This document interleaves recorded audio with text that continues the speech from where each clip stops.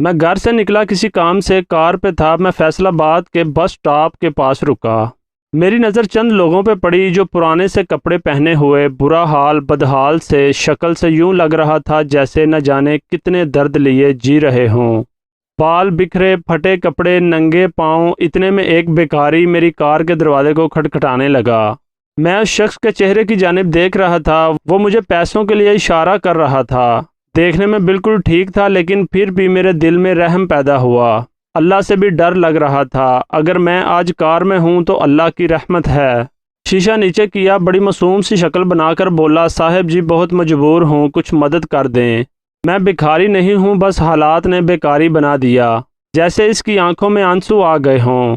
صاحب جی اللہ آپ کو مزید کامیابی دے، اللہ آپ کو خوش رکھے، مولا آپ کو دنیا کی ہر خوشی دے، اس لاچار غریب کی مدد کر دیں۔ صاحب جی میں بہت مجبور ہوں۔ میں بھی بہت جذباتی ہو گیا، 100 کا نوٹ اسے تھمایا، وہ دعا دیتے ہوئے چلا گیا۔ میں نے ایک ہوٹل میں میٹنگ کے لیے جانا تھا، میرے شوز پالش نہیں تھے، شوز کچھ گندے سے تھے۔ اچانک میری نظر پڑی، ایک بہت پیارا سا لڑکا سڑک کے کنارے دھوپ میں بیٹھا تھا، جوتے پالش اور مرمت کر رہا تھا۔ پاس ہی اس نے کچھ کتابیں رکھی ہوئی تھیں، شاید پڑھائی بھی کرتا تھا۔ میں جلدی سے اس کے پاس گیا، میں نے کہا جلدی سے جوتے تو پالش کر دیں۔ اس لڑکے نے جلدی سے میرے جوتے اتارے، پالش کرنے لگا۔ میں دیکھ رہا تھا وہ کچھ پریشان سا تھا، لیکن ہم بہت بے حس لوگ ہیں، بھلا کہاں کسی کی مجبوری سمجھتے ہیں۔ اس لڑکے نے جوتے پالش کیے، میں نے پوچھا ہاں بھائی کتنے پیسے ہوئے؟ لڑکا مسکرا کر بولا صاحب جی بس 30 روپے دے دو۔ میں چلانے لگا، کاکا خیر تو ہے نا، میں نے جوتے پالش کروائے ہیں، نہیں خریدے۔ جس کو دیکھو لوٹ مار مچا رکھی ہے، 10 روپے لینے ہیں تو بتائیں۔ لڑکا خاموش ہو گیا، آہستہ سے بولا صاحب جی جتنے آپ کا دل چاہے دے دیں۔ میں نے 20 روپے تھمائے اور چلا گیا۔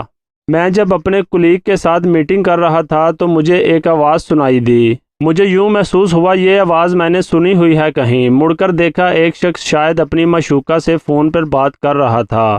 ارے میری جان حکم تو کر، سونے کی انگوٹھی کیا ہار بھی دے دوں۔ فکر نہ کر، کل میں آتا ہوں، پھر چلتے ہیں کہیں گھومنے۔ مجھے تجسس ہوا یہ کون ہے۔ اتنے میں اس کے پاس ایک اور آدمی آ کر بیٹھا، ان میں بات چیت شروع ہوئی۔ ایک شخص بولا ہاں بھائی کتنے کی دہاڑی لگی ہے؟ فون پہ بات کرنے والا شخص بولا جناب پورے 3000 کی لگی ہے، یہ لیں 1000 روپیہ آپ کا اور 2000 میرا۔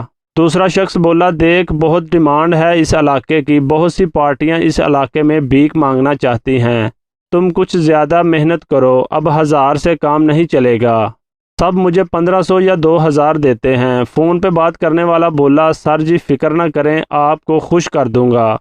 دوسرا شخص چلا گیا۔ میں اٹھا، جب فون پہ بات کرنے والے کو دیکھا تو میری سانس جیسے رک گئی ہو۔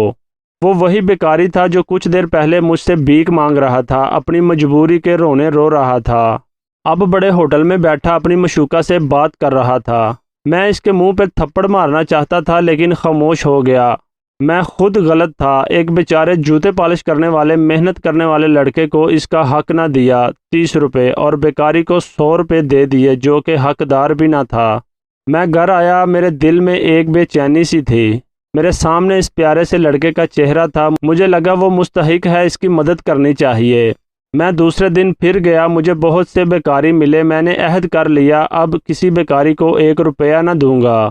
میں اس لڑکے کے پاس پہنچا جو جوتے مرمت کر رہا تھا، لیکن آج وہ کتاب کھولے پڑھ رہا تھا۔ میں اس کے پاس گیا، سلام کیا، اس کے پاس بیٹھ گیا۔ میں نے مسکرا کر پوچھا بیٹا بتاؤ جوتے کب سے مرمت کر رہے ہو؟ وہ میری طرف دیکھ کر بولا صاحب جی 8 ماہ سے۔ میں نے وجہ پوچھی، کہنے لگا میرے ابا فوت ہو گئے ہیں، 1 سال ہوا ہے، میں یونیورسٹی میں پڑھتا بھی ہوں، میں 5 بہنوں کا اکیلا بھائی ہوں، پہلے ابا یہاں بیٹھتے تھے، اب میں وہی کام کرتا ہوں۔ میں نے پوچھا کتنے کما لیتے ہو دن میں؟ صاحب جی کبھی 100، کبھی 150 اور کبھی کچھ بھی نہیں۔ میں اس کے چہرے سے غربت بے بسی محسوس کر رہا تھا۔ میں نے پھر سوال کیا گھر کا نظام چل جاتا ہے؟ اس بار وہ خاموش ہو گیا، پھر بولا بس اللہ کا شکر ہے، کبھی کھا لیتے ہیں، کبھی بھوکے سو جاتے ہیں، اللہ ہماری مدد کرے گا انشاءاللہ۔ میں اس لڑکے کی طرف دیکھ کر سوچنے لگا لعنت ہو ایسے بیکاریوں پہ جنہوں نے اصل حقداروں کا حق مارا ہوا ہے۔ بیکاری نہیں، ان لوگوں نے بزنس بنایا ہوا ہے۔ یہاں دیکھو بیچارہ مجبور حالات کا ستایا ہوا 100 روپے مشکل سے کما رہا ہے، اور دوسری طرف بیکاری بن کر 2-4 دعائیں دو، پھٹے کپڑے پہنو اور ہزاروں چند گھنٹے میں کما لو۔ خیر میں نے جیب سے 10,000 روپے نکالے، اس لڑکے کو دیے، وہ نہیں لے رہا تھا، بہت مشکل سے اسے دیے میں نے ایک مٹی کا گلہ لیا اور عہد کر لیا کہ میں اس میں ہر روز 5 روپے ڈالا کروں گا اور جب بھر جائے تو کسی مستحق کو دے دوں گا، لیکن کسی بیکاری کے روپ میں لانتی کو نہیں دوں گا۔ خیر 5 ماہ بعد میرا دوبارہ اس جگہ سے گزر ہوا جہاں وہ لڑکا جوتے پالش کرتا تھا۔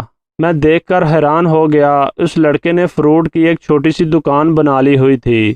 وہ اسی جگہ ایک چھوٹی سی دکان نما ڈھابے پہ بیٹھا ہوا تھا۔ میں مسکرانے لگا، اس کے پاس گیا، وہ مجھے دیکھتے ہی پہچان گیا۔ جلدی سے دکان سے باہر مجھے جھک کر سلام کیا، مسکرا رہا تھا۔ میں نے تعریف کی، ماشاءاللہ اللہ نے کرم فرمایا ہے۔ وہ بہت خوش تھا۔ صاحب یہ سب آپ کی مہربانی سے ہوا ہے، آپ نے جو 10,000 دیے تھے نا، 10,000 میرے پاس تھے، میں نے ایک چھوٹی سی دکان بنا لی، اب اللہ کا شکر ہے 1,000 روپے کی دہاڑی لگ جاتی ہے، اب ہم کو بھوکا نہیں سونا پڑتا۔ میرے دل کو ایک سکون سا ملا، پہلی بار میری روح کو اتنا سکون ملا تھا۔ میں نے اس لڑکے سے کچھ فروٹ خریدا، وہ بہت خوش تھا۔ میں کار میں بیٹھا سوچ میں گم ہو گیا، جنت اس بیکاری کو بھیک دینے سے نہیں ملتی، اللہ ایسے کسی بے بس کی مدد کرنے سے خوش ہوتا ہے۔ اس ملک میں لاکھوں طالب علم، مریض، مزدور اور خواتین ایک ایک ٹکے کے محتاج ہیں۔ یقین رکھیں کہ صحیح مستحق کی مدد کریں تو 1 روپیہ بھی آپ کو پل صراط پار کرنے کے لیے کافی ہو سکتا ہے۔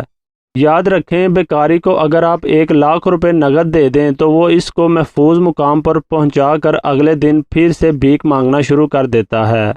اس کے برعکس اگر آپ کسی مزدور، سفید پوش آدمی کی مدد کریں تو وہ اپنی جائز ضرورت پوری کر کے زیادہ بہتر انداز سے اپنی مزدوری کرے گا۔ آئیں آج سب مل کر عہد کریں، بیکاری کو دینے کی بجائے مستحق تک اس کا حق پہنچائیں۔ اللہ ہمارا مددگار ہو، آمین۔ ناظرین یہ تھی آج کی ہماری ویڈیو۔ ہم امید کرتے ہیں کہ آپ کو ہماری یہ ویڈیو پسند آئی ہوگی۔ اگر آپ نے ہمارا چینل ابھی تک سبسکرائب نہیں کیا تو جلدی سے کر دیں تاکہ ہماری نئی آنے والی سبق آموز اور دلچسپ ویڈیوز آپ کو ملتی رہیں۔ ملتے ہیں ایک نئی ویڈیو کے ساتھ، تب تک کے لیے اللہ نگہبان۔